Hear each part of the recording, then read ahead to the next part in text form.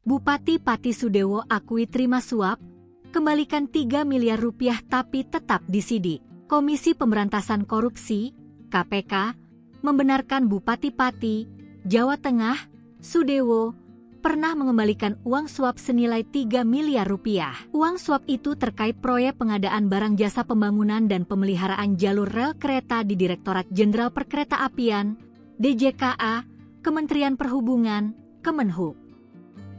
Dengan pengembalian barang bukti ini, menjelaskan adanya peran Sudewo dalam kasus tersebut.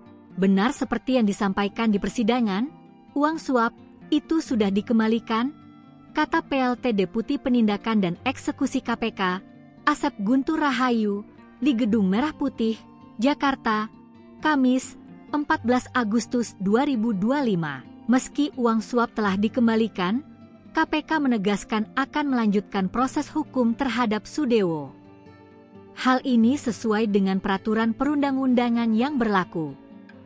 Berdasarkan pasal 4 ya, itu pengembalian kerugian keuangan negara tidak menghapus pidananya, jelas Asep.